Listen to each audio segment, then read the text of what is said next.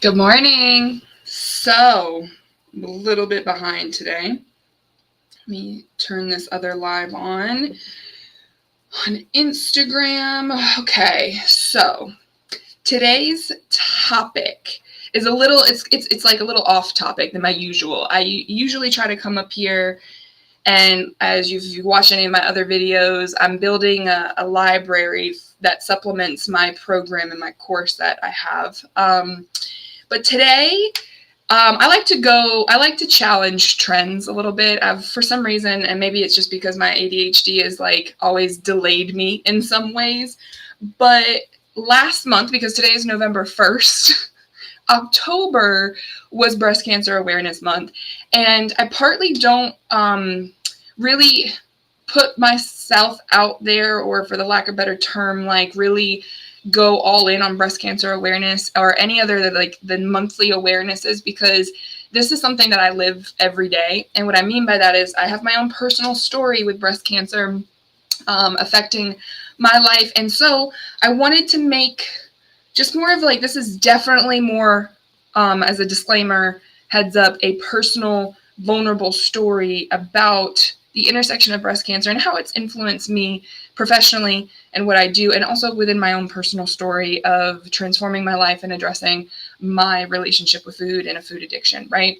So that's what's a little different about it, is it's not going to be so lecture style, but I wanted to do this just because I did want to pay homage to breast cancer awareness, because I don't necessarily, like a lot of people who are affected by breast cancer, whether it's their family members or themselves, they go to all the walks, they do a lot of the fundraising and all that. I can only do so much in my life and in my recovery because of the responsibilities that I have to like my clients from the mental health side. So I see that as, me providing support to someone who's been affected by breast cancer. That's enough.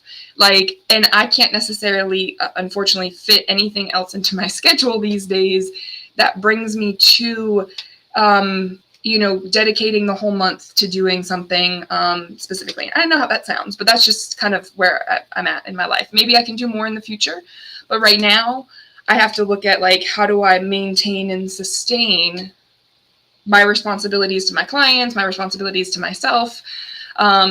Actually, I probably should put myself first, because my clients really depend on me being clear-headed, because I take care of myself, differently now. So that's just a disclaimer of like, it's going to be a little bit of potentially emotional. So if you don't want to hear my story, bow out now. Okay, bow out now. And in respect to the people who have in my life been affected by breast cancer, this is for you. So this is a shout out to my mother. My mother is a breast cancer survivor of, I think she probably, maybe 17 or 18 years now, she's been in remission. So I wanted to I had a couple of thoughts, not only the story, but then the thoughts about what I want people to understand about how mental health is so severely impacted by just this one thing of breast cancer, but then also just cancer in general.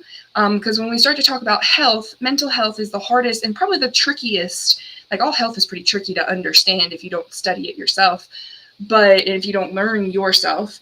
But it's so intersectional that I wanted to just kind of bring to light some of the perspective that I have of it with the work that I do and the experiences that I've had with it. So,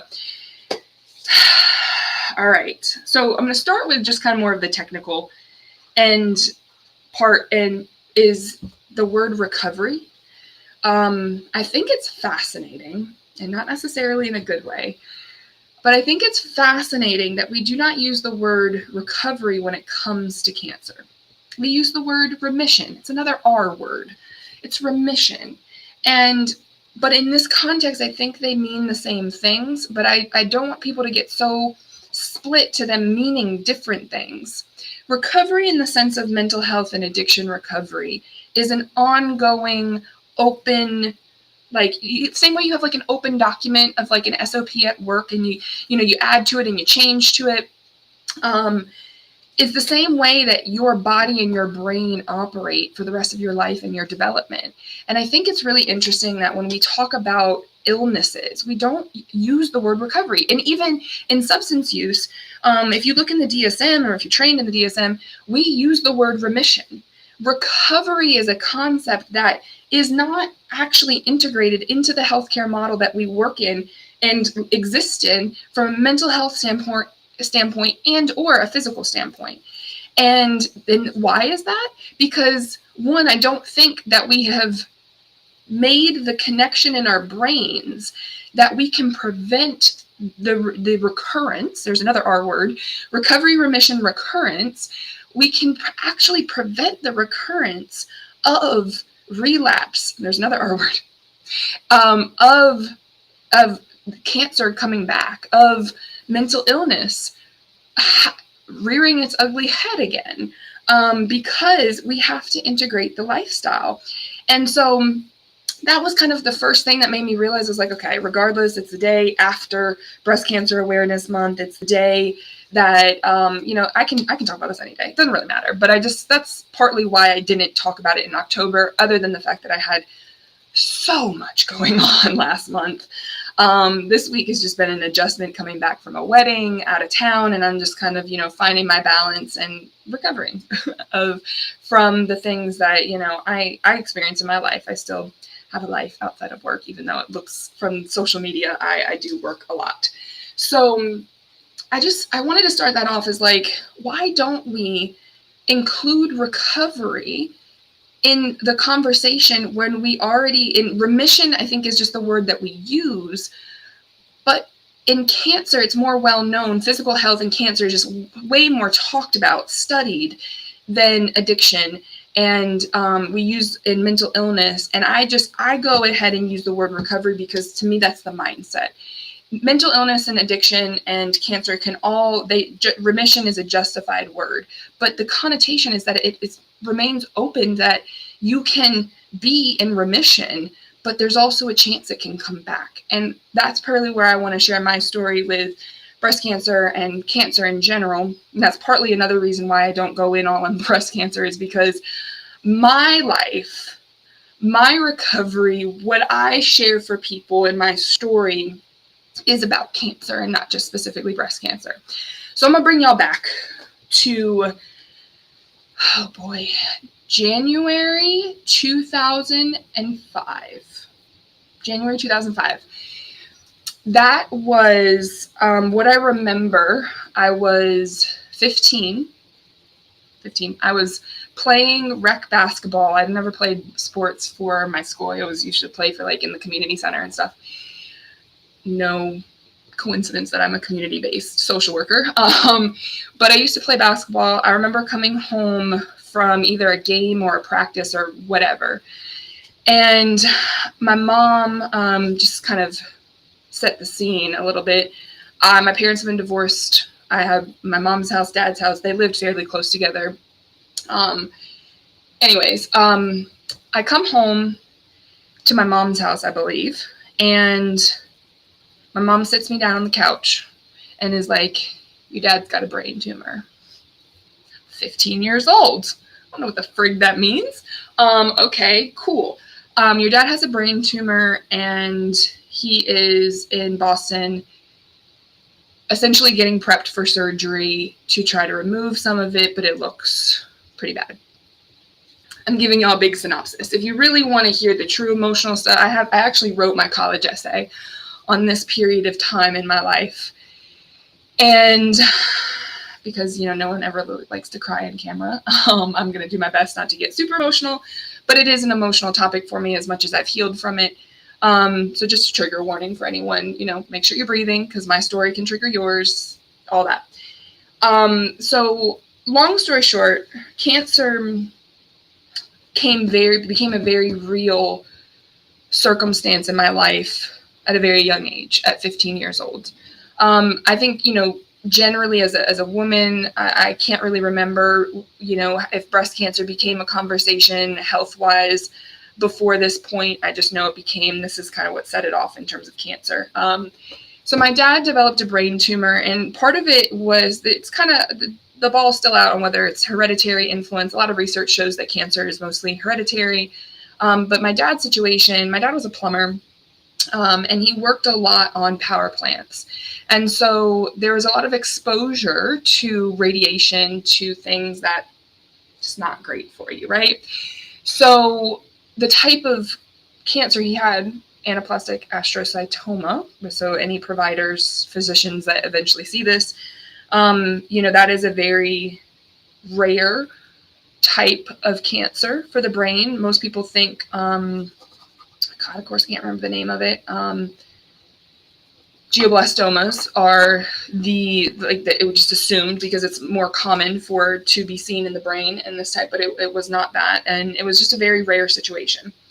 So I've always had cancer as like a looming concept, and then I'm also white AF, and so skin cancer has always been something that my parents like put sunscreen on. So cancer has been in my head from a very young age, and it became very real when I was 15 and my dad was diagnosed, and ultimately was a terminal diagnosis. And if you guys know and watch other videos of mine, know that ultimately his death when I was 16, it was he was given 6 to 8 months, I believe, or somewhere and I remember 9 being something like 9 months. So from January, that would be around like September. And he made it 10 months. And, in the process, he had surgery to remove from his left temporal lobe. He did radiation, but ultimately that was just for more time. So I got to see a lot of what people don't get to see at 15 years old about my dad went on hospice in the home. Your brain is everything. And ultimately influenced, what I do today. I became very interested in neuroscience, and I never specialized particularly in it because I think I just didn't have the capacity to go further in that. God, I'm so glad no one's live right now with me. Whew, okay. That would make me just so much more nervous, honestly. And it became very real. I'm not going to talk about the day because that's a story for another time, and probably just need to write that down because my voice will crack and I will boo-hoo cry on camera, and that's just, I don't have the capacity to give y'all that today.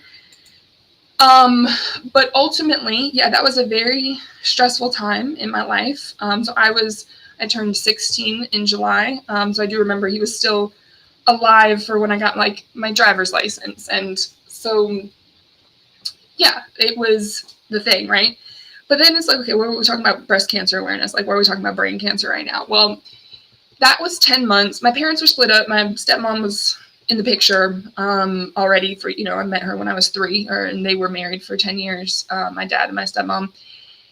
But my mom, she's still my mom. She's still my dad's ex-wife, despite what people think about not having a relationship with your ex, it doesn't mean that you stop caring, even if it was an abusive situation, which it wasn't.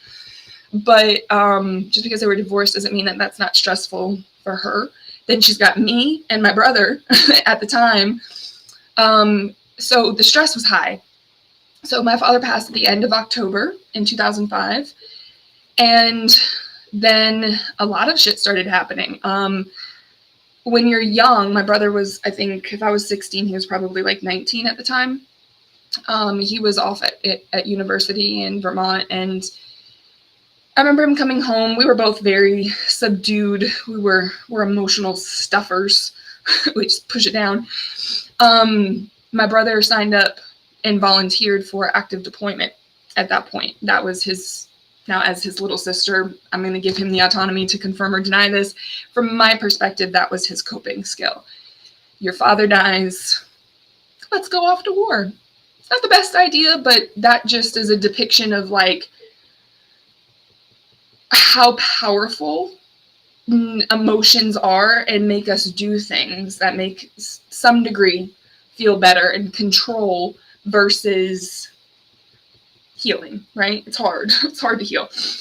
So then, of course, my poor mother's like, oh shit, my only son's going off to war. This is his first deployment, mind you. So I'm sitting over there already like low self-esteem. I'm the big girl, emotional eater. And now I'm just not feeling lights out. I do remember the day my brother told us, or my mom told me that he was deploying. I was sitting on the couch in the living room, and I just sat there and I just stared. I did cry a little bit, but this was at some point just so much going on. So my college essay, ultimately I ended up writing about this, and we haven't even gotten to breast cancer yet. So we've got brain cancer, then we got deployment, and then so that was around sometimes in the fall for him to deploy in February. Then my mom, apparently, she had a lump before she can even get her appointment, because I think it was a couple weeks booked out. The stress of like grief, your children grieving, you grieving, and then your son. Hey, I'm not only going to go grieve, but I'm going to go put myself in the line of fire. Her lump either doubled, tripled in size. And so hindsight, because at the time I hadn't gone to college yet. I was not knowledgeable of the impact of stress on our health, let alone on our brains. Did I realize the magnitude of what stress can do to a cancer cell? And now I didn't do any specific cancer studies. A lot of this is just my own research because I had access to, Google Scholar. I had a lot of access to academic journals and learning from the mental health side of things. The influence of anxiety, stress, the shit that happens to us that I didn't have any control over. My dad, being a plumber, pipe fitter, and working on nuclear power plants and being exposed to this stuff. The things that happen to us, unfortunately, that's not preventable. The only thing that we're really able to do is try to catch it when we can and be able to start trying to recover and then in turn prevent more situations happening to us. So by the time my mom actually was diagnosed with breast cancer, it was, I can't remember the specifics because this is where, I'm fascinated with the brain, right? And the brain protects you from a lot of things. I'm sure she could, honor her story. And I know she's a very private person. So that's partly why I don't go into her business, because I don't want to get yelled at for being like, you talked about me. We talked about this. And I was like, yes, I talked about you, but I didn't talk about your stuff. That's her business. That's her right. And I do want to be respectful. Sometimes I make mistakes, but I'm hoping she's going to be proud of this. I did mean to give her a heads up. So if you get this far, Mom, I'm sorry I didn't give you a heads up. I got really busy yesterday, but I'm hoping I'm going to do you proud with not sharing your stuff. I'm just sharing my experience of it, right? And I just remember at that point, it just went so quick. She had her surgery. Things were, good. She went through chemo. She lost her hair. Her friends came together.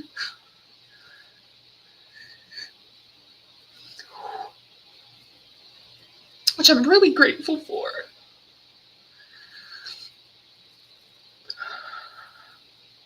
And I got to see, family that's not blood for the first time. Okay. All right. I got to pause for a moment. I gave y'all a heads up that this could happen. So, actually, this one I don't talk about as much. This one, breast cancer awareness is particular to a lot of different people. I'm not trying to, trigger anyone, but I did give you all a heads up. This may be a trigger warning for some people.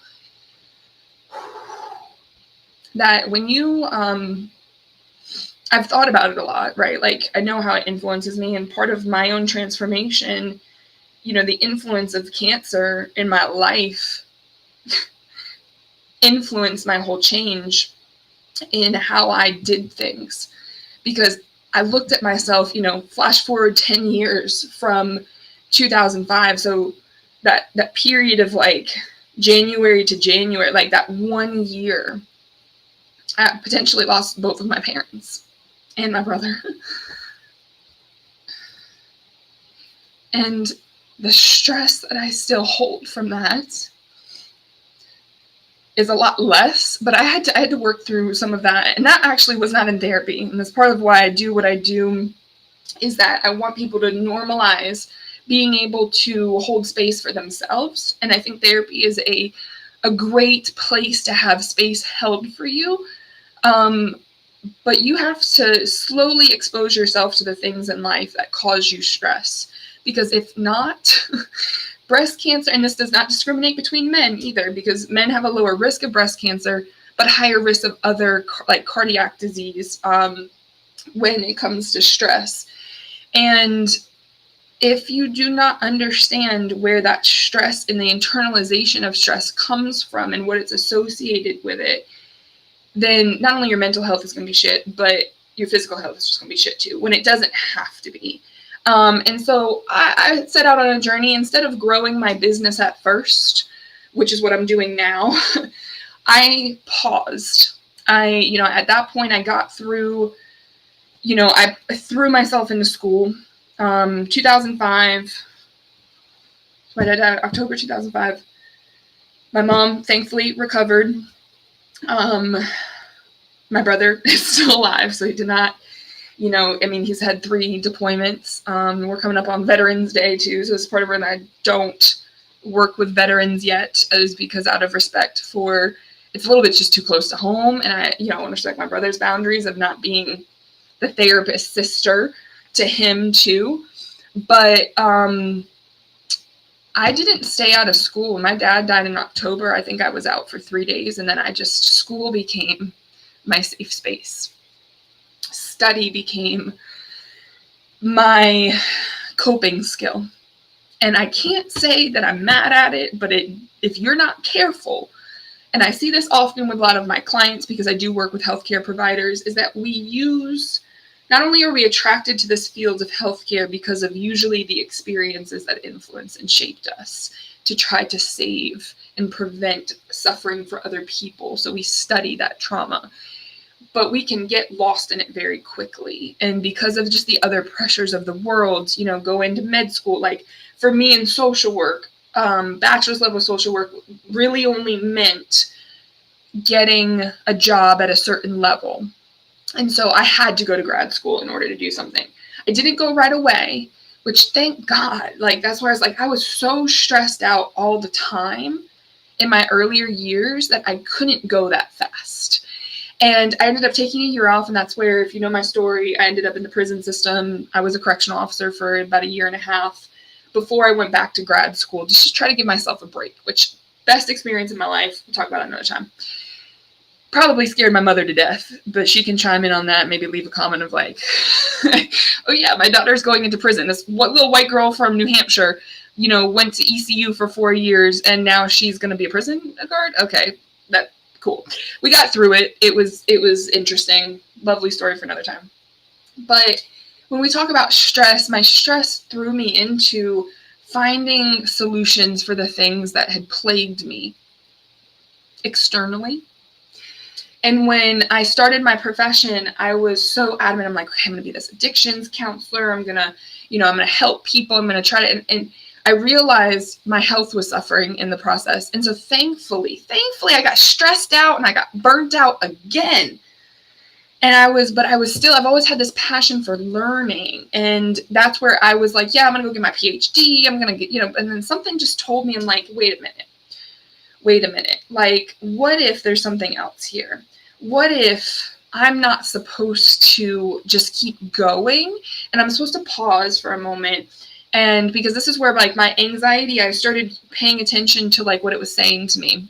I was like, well, what if this happens? What if this happens? And I'd be like, oh my gosh, right? I was super anxious, and I was in a control state of being, and I saw it in my friendships. I saw it, and I lost friendships over it. We tend to control because we're out of control. And so around this time, I was so grateful. And it's something that actually my stepmom always said to me, which was I would do it in my own time. And it was something a therapist said to her when apparently I was young. I don't know. And I was always overweight, and everyone was concerned, about my weight. And except for me, clearly. And she would always say, it's okay, you're going to do it in your own time, da, da, da. And I loved that openness because I think my mom was more scared for me, about what I could do in life and what I was going to face. And it just clicked one day where I was like, you know what, maybe there's something to this. Maybe my business, instead of growing my business, I grow myself because I am my business. And so when I really looked at like what was happening, I was forgetting things. And not just once or twice, like I was at capacity that I couldn't remember certain things. And I still struggle with that. That's my indicator now of like, when I started taking care of my brain, what I put in my body. So that relationship with food helps your brain naturally process, brings back energy. But if you don't address the thought distortions, if you don't address the relationship with your emotions, if you don't address the regulation of slowing down and understanding how your brain works and integrates into everything that you do, then you just go faster and faster and faster. That's addiction. It's just a fast setting. Everything comes fast. That's not what life is. Life is about regulation. Life is about balance. And that work-life balance that we all strive for, it's possible. It's just not going to look like the soft life. It's not going to look like vacations every month. It's not going to look like, all that. It could, but so anyways, what I'm saying is cancer made me realize that if I did not slow down and address my health and address stress, substances, and sugar in my life, then I was on the fast track to being my mother's story. I had already had, so because my mother's a breast cancer survivor, mammograms have been recommended to me from a young age, and I am happy to report, where is it, right here? Yes, I'm happy to report from Raleigh Radiology that I just had my third mammogram. I'm 35. I have not done the genetic testing yet, but that's my next thing. That's just because my health insurance as a self-employed person is not ideal. But I am breast cancer free, and I have a fibrous issue. This is more for the women, but men need to understand this too, is that stress creates tension in the body. And not just your muscles, but down to the fascia. If we want to talk about cellulite real quick, hopefully y'all following this. Cellulite is just fascial adhesions underneath your skin. It's not fat deposits. There can be fat deposited in it, but it is just lesions. Think of like, you ever taken a ball of string or a big string and just rubbed it in between your fingers, or hair for women. This is a good, like if you shed as much as I do, you take your hair and you roll it into a ball. That's what fascia does. It's underneath the layer of skin, and it helps hold your skin to your muscles, right? So tension, emotional tension, trauma, stress that's reinforced creates tension in the body and starts to create these adhesions, and that's ultimately what can develop into fibroids. Now, I am not a physician, so if there is any inaccuracy to that, please correct me in the comments nicely. Thank you.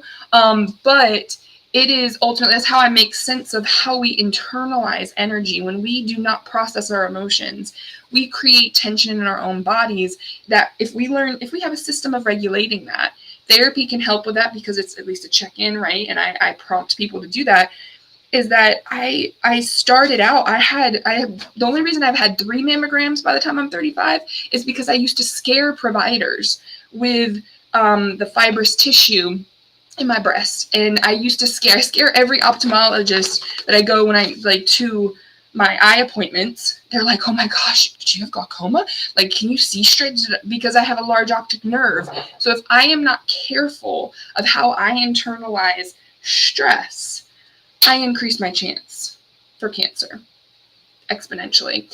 Now, the reason I do my program the way that I do, and I talk about recovery and sustainability is for the long term, is because you can get cancer from, my father's story is a prime example of, like, as much as you work that you do to prevent, shit can still happen to you. There is a good chance that that particular cancer was an exposure, but we can naturally reduce our risk if you understand how to get your brain back online and use that and develop that emotional intelligence and that executive functioning to understand how to still be happy if the shit that happens to you can't control happens to you. That's what we're in control over. And that, I think, is the true American dream. I think it's not even just American dream. I think it's the true human experience and the human dream that we have to normalize.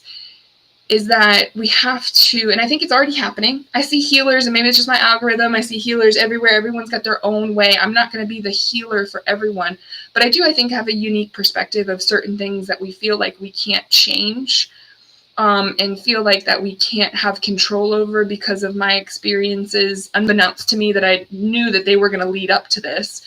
And what I mean by that is not only with breast cancer, cancer in general, loss, but working in the prison system, working in treatment, I've had this just resume and experience of learning from people who have been through some shitty shit. Okay. And for some reason they can get through that. And I learned I am only who I am because of the people that I've had the privilege of talking to and helping and doing the best I knew how. I don't know everything.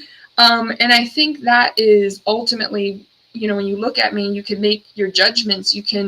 I've been stereotyped. I'm quite stereotyped all the time. I'm this tall person. And then if I'm not smiling intentionally, I just look angry. And a lot of my friends have been like, oh, I thought you were going to be so mean. I was like, no, I can be mean, but I'm not a mean person. I feel like I'm actually quite pleasant, as long as you keep me fed as well.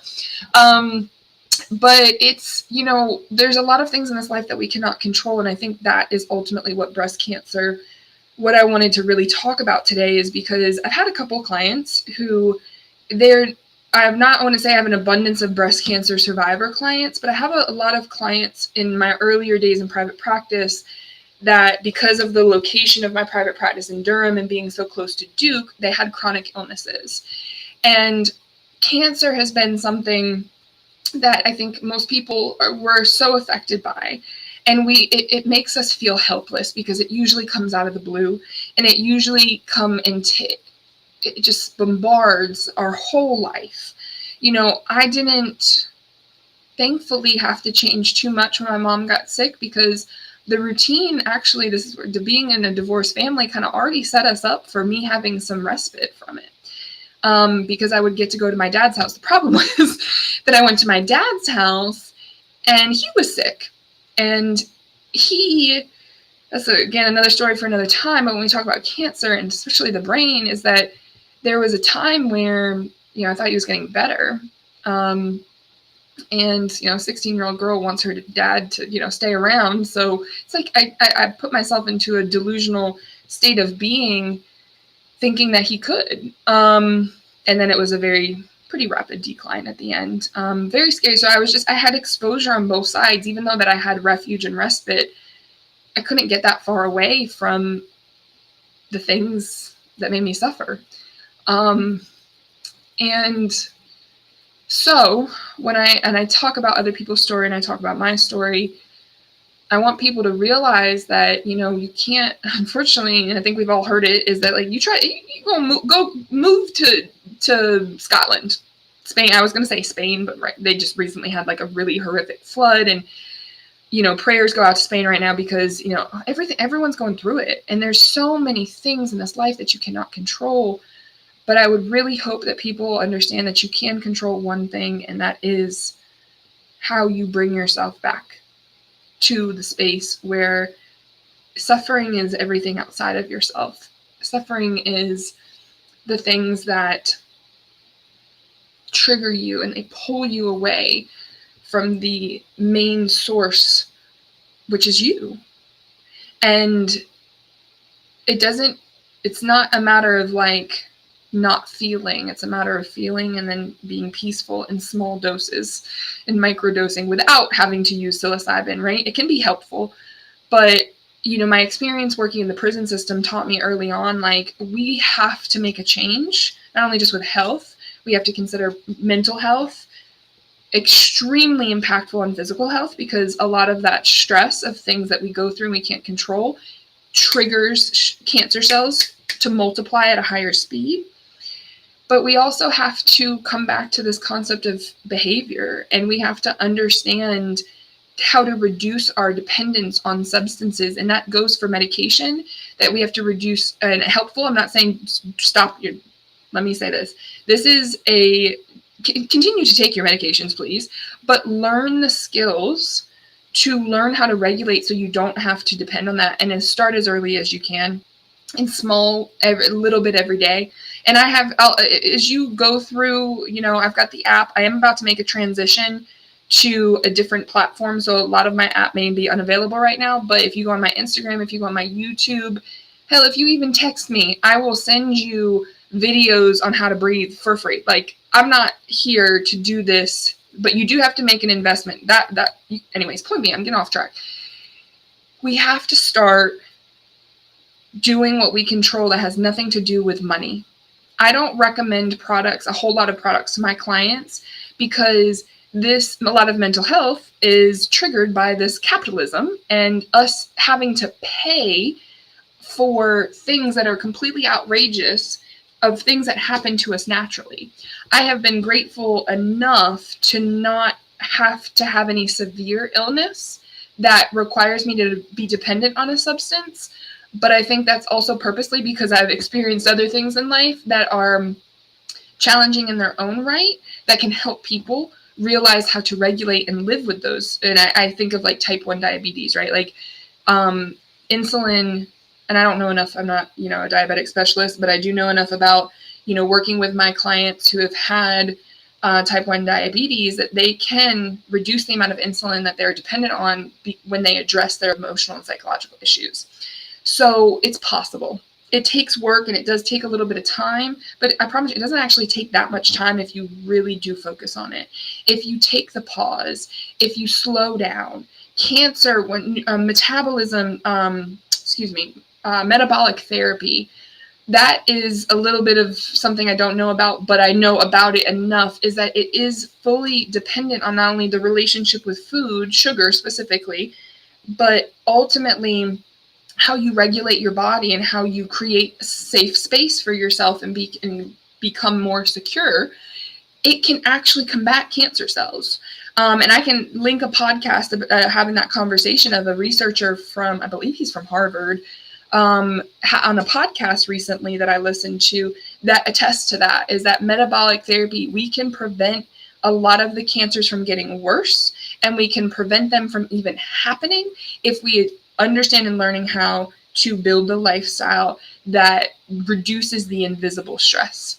We have the visuals of stress everywhere, but this is a matter of going into the void of the unknown, which is your inner self, the emotions, and learning to develop a relationship with self that can prevent a lot of breast cancer diagnoses. And even though my father's cancer was not fully researched enough at the time to know whether or not it could be prevented because of exposure, we now know a lot more about radiation exposure, that it can prevent, that's the beauty of technology, is that we create things that help protect us to be and live longer lives. But we also still have this huge void of insight, and honestly, it just really is accountability of doing the work to address the invisible diagnoses, the autoimmune disorders, the what they're calling type 3 diabetes now, which is Alzheimer's and dementia, due to the relationship with sugar and stress. I'm going to throw that in there. And that's the stuff that if you don't learn that, I don't care if you got a PhD and you the president of the United States, if you do not have a relationship with your emotions, then there's an instability there and an irrationality that naturally comes because we're all human. I can get real irrational real quick, but I have a checks and balances now before I make a final decision about that irrationality. So to make sure, I only had 3 points. How did it affect me? I already told you all the story. Remission and recovery. Cool. Why I already talked about why I don't outwardly support breast cancer events. And it's mostly just because, like I said at the beginning, my time is precious because that's the only way that I can learn how to regulate myself. But it is because it affects me and I've lived it. And I know that there are people out there who are doing the work to promote the research to do that. And I, salute my mother for being able to get through that. And it made her very health conscious, probably a little too conscious. But, we have to start doing the work that prevents these things from getting worse. If you care about the direction of humanity and where it's going, you're in the right place, because a lot of it is, it's simple in concept, a little bit more challenging in application. But yeah, I hope you guys got something out of that. And I hope you find some way to honor doing your breast exams, reducing your stress just a little bit. And that does not mean isolating yourself. If anything, actually, it means exposing yourself, getting outside, not staying in your comfort zone. This change came from me challenging my comfort zone and giving myself the relationship with good stress, eustress, EUSTRESS. And that's what reduced my inflammation. That's what reduced my body's reaction. Now, if you guys have watched me over the years, I gained weight back again. That was because I had to go through something stressful. I was grieving again. TJ died almost a year ago. That one, I thought that was going to be done in 3 months. Got humbled real quick and then I moved because I couldn't bear being in the same place that he was sick. So it was time for me to move anyway. And we will go through stress again in our lives. So let's prepare for it. Let's do and understand the work that needs to be done. And the youth, if anyone ends up seeing this, there's nothing that you can really do to stop bad things from happening. You can only prepare and to protect yourself. And that's ultimately, from the inside out, what I want to teach people. So that's my story about breast cancer and recovery and, remission from behavioral process addictions is what we call recovery. And so I hope that you guys got something from this. And because I see my assistant is probably waiting on me to come into our meeting right now, I'm going to go. So I will see y'all soon. I got some changes coming up in my lives, so I'm not really going to announce them. I'm just probably going to do them. So stay tuned, and I will let y'all know when they happen.